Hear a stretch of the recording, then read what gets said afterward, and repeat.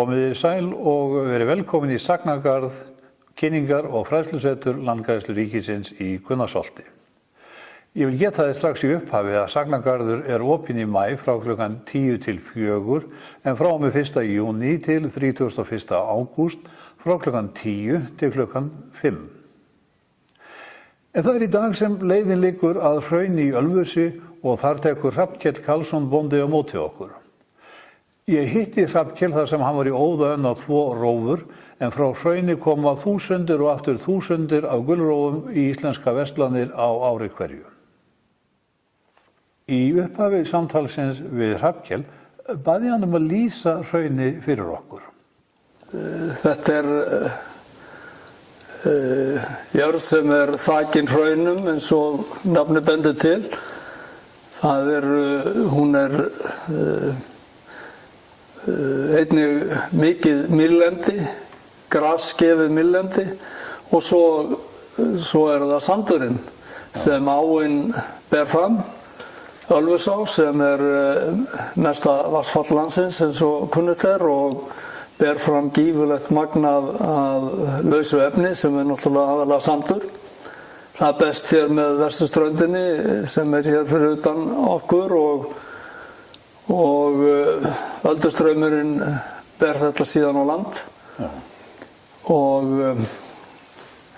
þessi sandur hefur skapað mikil vandamál bæði fyrir okkur og nágranna okkar eins og kunnugt En líka þegar við horfum aftur í tímann, þá má reynda geta þess að þitt fólk hefur sett þessa jörð í mörg ár. Já, í beinan kolllegg frá 1845. Langafi minn tók hér við og þar áður áttu jörðina hér forfeður mínir. Já. En jörðin Hraun í raun torfa margra jarða, það voru hjálugur hér og við hjónin eigum þetta hálfa móti Þórildi Ólafsdóttur og Hannesi Sigurðssyni. Þetta hefur verið mikil hlunnindajörð og hlunnindin voru nú aðalega laxveiði, reki og selveiði hér áður. Síðar kom til sögunar sandsala og við höfum einnig selt hér frá okkur grjót, bæði hleðslu og fyrirhleðslu sem hefur nýst víða. En þitt fólk hefur sem sagt frá í langan tíma einmitt barist við sandinn þegar sandgræðslan kemur hingað bara fljótt á síðustu öld, ekki satt? Já, það var mikið ágangur sands hérna. Þetta var, má segja að sandurinn hafi verið búinn að leggja í auðn allt land hér fyrir sunnan okkur og vestan og komið hér sandburður í tún. Já. Þegar Landgræðslan kom að þessu verki 1935 þá girðir Landgræðslan eða forveri Landgræðslunnar nú sem hét þá Sandgræðsla ríkisins og girti hér mikla girðingu sem liggur hérna og alveg vestur í Selvog sem yfir 20 km leið og þetta fleiri þúsund hektarar sem þarna voru girtir af og hafa verið friðaðir síðan. Það er búin að friða þetta frá 1935 eða þar bil? Já, en við Hraunbændur gerðum samning við þar að segja faðir minn og föðurbróður sem byggu hér áður. Þeir gerðu samning við Landgræðsluna 1969 að fá að girða Hraunslandið af. Já. Og það var gert strax árið eftir. Það byrjaði 1969 og klárað 70, síðan var gerður samning við Landgræðsluna að við sköffuðum áburð á landið en Landgræðslan sæi að dreifa áburði hér yfir þetta land og það aðalega á hraun sem hér fyrir vestan okkur sem um 650 hektarar og má segja að þeim 30-40 árum sem þetta stóð að landið hafi tekið algjörum stakkaskiptum. Ef þú sem berð saman einhverja ákveðin svæði hérna við það sem þú sást sem strákur, þetta orðið allt annað núna? Já, þetta mikið breytt og við sjáum ekki neina hreyfing á sandi hér á hraununum fyrir vestan okkur. Hins vegar og verður eilíða verkefni að eiga við sandburðin sem áin og sjórinn bera upp. Já. Það sandrifið sem frá Ölfursósum og vestur í Þorlákshöfn sem þegar ég var pegið að alast hér upp og þá var þetta bara lár sandgarður og víða bara gróðurlaus. En eftir að Landgræðslan tók þetta að sér þetta verkefni þá hefur þetta breyst mikið og sérstaklega eftir að vegirnir voru lagðir hér bæði Eyrarbakkavegur og svo nýrri Þorlákshafnarvegurinn að þá var gert sérstakt átak í uppgræðslu hálfu Landgræðslunnar sem skilaði miklum árangri og nú bara liðin tíð að við skemmum bíl okkar hér að fara hér vegina en ég man eftir því þegar ég fór til Þorlákshafnar og var þar á sjó í gamla daga þá kom það oft fyrir að menn eyðilögðu bíla sína eða að minnst kosti lakkið á þeim og rúður að fara gamla Þorlákshafnarveginn og það þurfti stundum að kalla til ýtur til að ryðja sandskafla veginum eftir sandstorma þá. Þannig að það nú ekki lengra aftur sem að þarf að líta til þess að sjá hvernig þetta var. Nú hefur gefið mér að svona hlýrra veðurfar undanfarin ár hafi líka komið til umtalsverðar hjálpar. Já, það engin vafi að veðurfarið hefur mikil áhrif. Það eykur afköst mikið og plantan hefur lengri þroskunartíma og ber betri fræbirgðir, gefur betur fræbirgðir frá sér og síðan hefur verið heilmikil átak bæði einstaklinga og félagasamtaka í skógrækt hér á Hafnarsandi sem bara stórkostlegt að sjá hvaða árangur hefur borið. Þetta hefur staðið yfir í nokkra áratugi og það sýnir sig bara að það hægt að rækta skóg í snauðu landi eins og sandi. Það engin vafi á því, þetta reynslan sýnir það. Nú gef ég mér að menn hafi kannski ekki spáð vel fyrir þessu fyrir einhverjum áratugum eða hvað. Reiknuðu menn yfirleitt með því að vera hægt til að mynda að rækta skóg hérna í kringu? Nei, það var meira að segja, ég man eftir því þegar ég var alst upp að þá var talað það hér á hrauni væri ekki hægt að láta hríslu lifa. Það var allt og mikið selta sem bærist hér upp til þess að það væri hægt en við höfum sannað það að það stenst ekki og síðan það líka að það miklu meiri þekking, val á yrkjum eða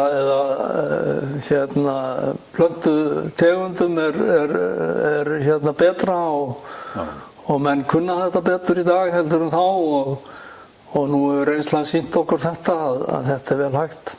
Í ljósi þess að land hefur verið friðað hérna svona lengi og þá lítur að létta á landinu, hafi ekki sauðkindur á útgefum verið það? Núna í 15-16 ár þá hefur það verið friðað, algjörlega friðað frá allri beit og við sjáum strax árangurinn, þar að segja að trjágróður, sjálfsprotting trjágróður að ryðjast til rúms. Og við sjáum það að áin meðan annars, hún að bera fræ upp í flóðum og þá greinilega fer fræ upp í landið og þetta smátt og smátt að bera ávöxt. Við sjáum það að plöntur sem eru komnir vel á leggur fann að skila fræi og svo koll á kolli og ég spái því nú reyndar að ef við friðum land fyrir allri beit að þá mun það breytast mjög fljótt. Trjágróður og mun flæði yfir landið alveg eins og var hér til forna, eins og því lýst í fornsögum okkar. Amma mín sem hér var lengi, bjó hér til 85 ára aldurs, hún lýsti því fyrir okkur hvernig þetta hefði verið hér áður og sandur hefði borist hér á tún í miklum suðaustan veðrum. Já. Og þetta hefði allt verið bara í hersöndum eins og við segjum, sko. Já. Eitt sem ég langar til þess að komi nokkuð vel fram og það svo staðreynd að þið hófið hér sandsölu á sínum tíma og hafið látið ákveðin hluta af hagnaði eða söluhagnaði ganga til jarðarinnar. Já, það var tekin svo ákvörðun með samningu við Landgræðsluna 69 að þriðjungur af innkomu fyrir sandsöluna færi í uppgræðslu og auðvitað sjálfsagt að arður okkar fari af hluta til og eins miklu hluta eins og getan leyfir í uppgræðslu þar sem þörf á.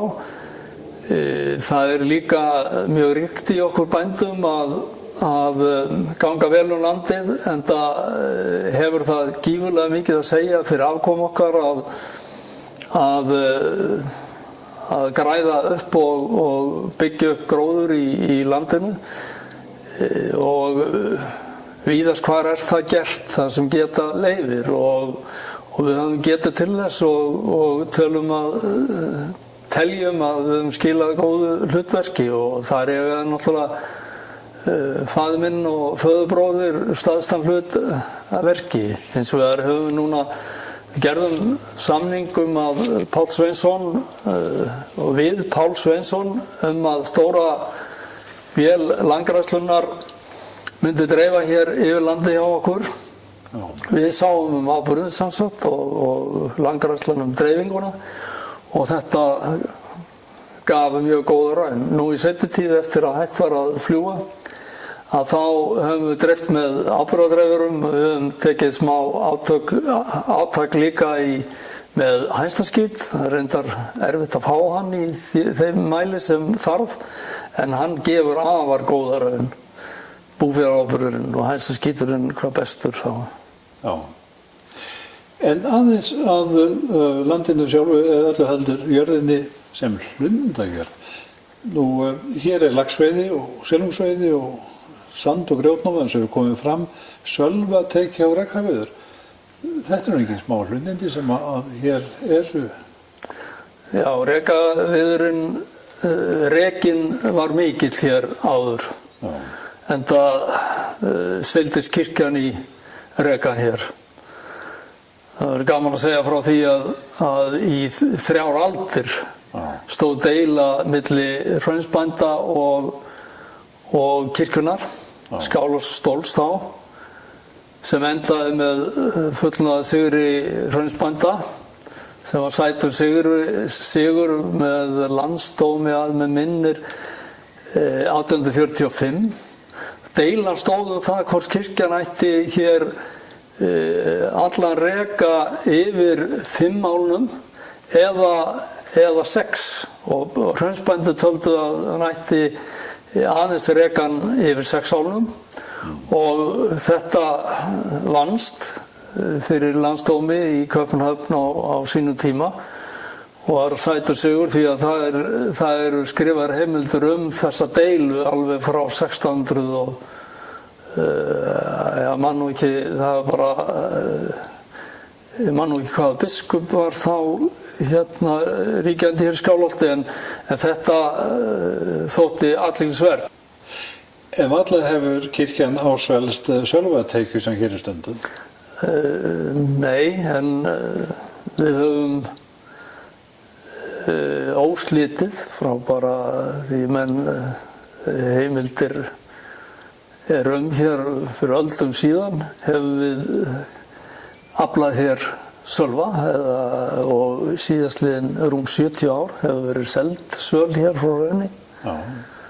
Og eftirspurnin verið það mikil að við höfum alltaf annað henni og þrátt fyrir aukna samkeppni þá er eftirspurnin bara stór aukist því að þetta er náttúrulega mikið hollustu fæði og margir fundið það að sölin hafa ekki bara hressandi áhrif á menn heldur kynörvandi að talið er og margir klappaðu öxlina á mér og þakka mig fyrir þetta góða hollustu fæði sem hefur haft góð áhrif á marga.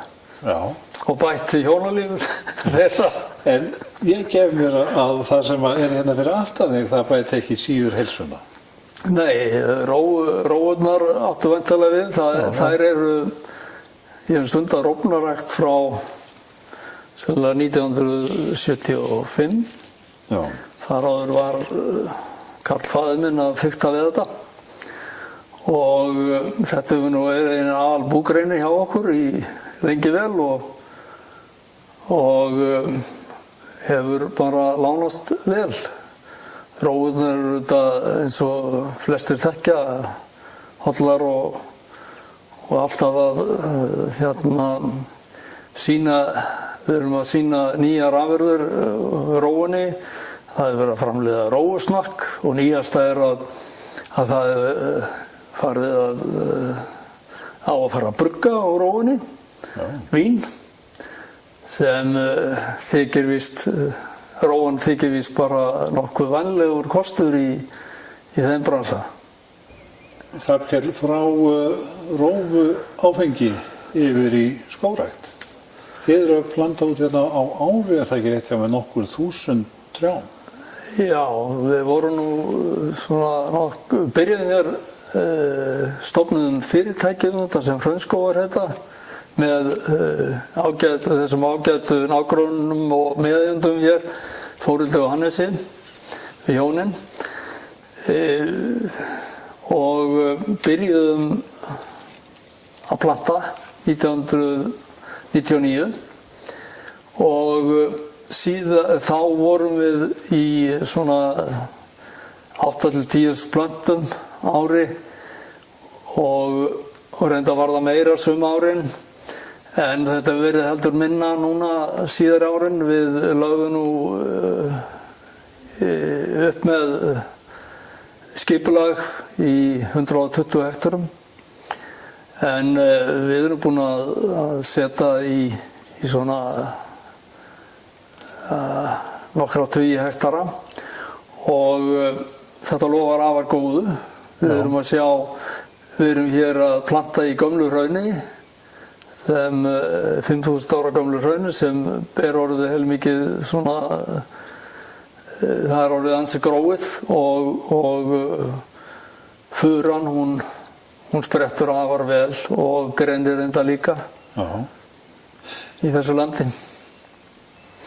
Já, það sem ég vildi sjá í það lúpínubreiður sem við höfum sáð hér í hraunið og sandinn, þar vil ég sjá bara birki vaxa.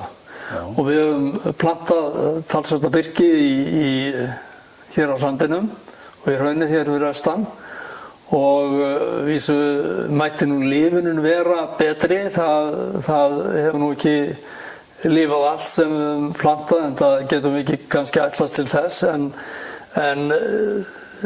þessar plöntur þær þurfa bara nánast enga áburðargjöf, kannski fyrsta árið eða svo en lúpínan sér alveg að fæða þessar plöntur og þær hafa meiri vaxtarhraða heldur en þær plöntur sem við erum að setja hér upp fyrir ofan okkur þó við séum að gefa þeim áburð á hverju ári. Því að lúpínan hún virðist bara passa mjög vel með birkinu, eða birkin með lúpíninu alltaf heldur. Þannig að lúpínan fóstrar birki vel. Já, afar vel. Ég get fullyrt það að við erum að skila landinu betra heldur en við tókum við því og það er það nú skyld okkar að svo sé og ég vil taka fram að samvinna við Landgræðslu ríkisins hefur verið eindæmum góð og hnökralaus og fyrrverandi landgræðsluþjóri Sveinn Runólfsson, það var nú bara, ég vil bara segja stórkostlegt að fá að vinna með þeim manni. Hann var það var aldrei neinn vandamál í kringum Svein. Við leystum málin og hann gerði allt sem hann gat til þess að greiða götu okkar þegar hann fann að það var vilji til þess að standa í þessu og leggja fjármuni í þetta. Þá var hann alltaf tilbúinn að leggja eitthvað á móti og árangurinn hefur skilað sér eins og landið á að eins og menn sjá ef við farum landið og bera það saman við aðliggjandi land sem var eins á þeim tíma þegar við byrjuðum. Ágætu áhorfendur, þá þættinum Græðum landið, þætti Landgræðslu ríkisins á INN lokið að þessu sinni. Ég vil hér aftur að viku liðinni og þá með þátt sem fjallar félagasamtökin Landvernd sem voru með aðalfund sinn í Gunnarsholti fyrir skömmu. Landvernd kemur víða við í baráttu sinni fyrir íslenskri náttúru og því fáið þið að kynnast í þættinum mánudagskvöldi 29. maí kl. 20:30. Þessi þáttur verður sýndur nokkrum sinnum á INN í vikunni en þið getið líka nálgast eldri þætti með því að fara inn á heimasíðu INN sem inn.tvaf.is og fundið þann þátt sem þið viljið horfa á. Góða stundir.